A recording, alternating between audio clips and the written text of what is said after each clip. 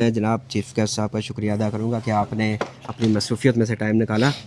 اور اس کے بعد میں جناب گرین ایمبیسڈر حکومت پنجاب نے ان کو نوازا ہے جناب غلام رسول پاکستانی، اور ان کا بہت شکریہ ادا کرتا ہوں کہ وہ بتوقی سے یہاں پر تشریف لائے اس ایونٹ کے لیے۔ اور اس کے بعد ہم نے یہ تو سنا ہوگا کہ جو جھیلیں ہوتی ہیں وہ ان کے اوپر پریاں ہوتی ہیں۔ آج ہمارے پاس جھیلوں کا شہزادہ موجود ہے، وہ جھیلوں سے یہاں پر ہمارے پاس تشریف لائے، ان کا بھی بہت بہت شکریہ، انہوں نے بھی ٹائم نکالا۔ اور انہوں نے یہ دو بندے ہیں یہ میرے پرسنل جو ہے نا فیوریٹ ہیں، اور ان کا جتنا بھی شکریہ ادا کیا جائے کم ہے۔ اور جہاں تک بات ہے پلانٹیشن کی، تو یہ تو غلام رسول بھائی بہت اچھا کام کر رہے ہیں، میں تو خیر اس میں سے کچھ بھی نہیں ہوں، لیکن جو بھی میں نے کیا ہے اس میں سے الحمدللہ کہہ سکتے ہیں کہ 90% سکسیس ریٹ اس وقت تک ہے۔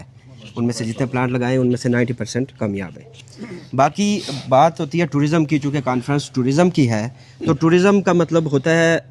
ایک آگاہی، اویئرنیس۔ جہاں تک بات ہے میری، تو میری بھی یہی کوشش ہوگی، اور جہاں تک آپ سب لوگوں کی بات ہے تو وہ یہی ہوگی کہ جہاں بھی جائیں ہم ایک اپنا نشان چھوڑ کے جائیں اویئرنیس کے طور پر، کیونکہ ہم وہاں جا کر ایک دن کے اندر یا چند گھنٹوں کے اندر کچھ نہیں کر سکتے، لیکن ایک اویئرنیس پیغام وہاں پر لوکل لوگوں کو کم از کم دے سکتے ہیں کہ وہ کچھ اچھا کام کریں۔ اس کے اندر ہمیں جو سب سے زیادہ مسئلہ پیش آتا ہے وہ گندگی کا آتا ہے، پلاسٹک آتا ہے۔ پلاسٹک نہ صرف ہمارے اس علاقے کو نقصان کرتا ہے بلکہ یہ ہمارے کھانوں میں بھی شامل ہو چکا ہے، اور یہ ہمارے جو پہاڑوں کے اوپر آتا ہے اسی سے پانی پیتے ہیں، ان پانی کے اندر بھی شامل ہو چکا ہے۔ ایک میں رپورٹ پڑھ رہا تھا، اس کے مطابق ایک ایوریج بندہ، ایک عام بندہ